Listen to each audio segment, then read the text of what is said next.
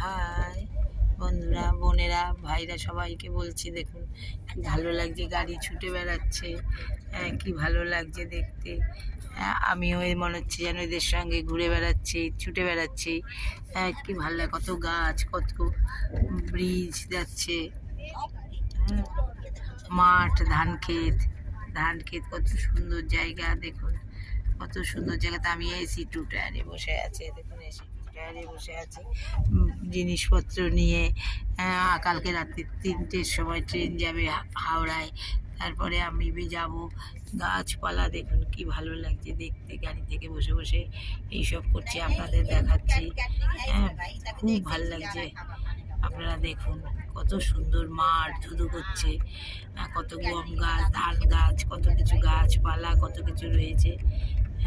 ভালো লাগছে দেখুন আপনারা।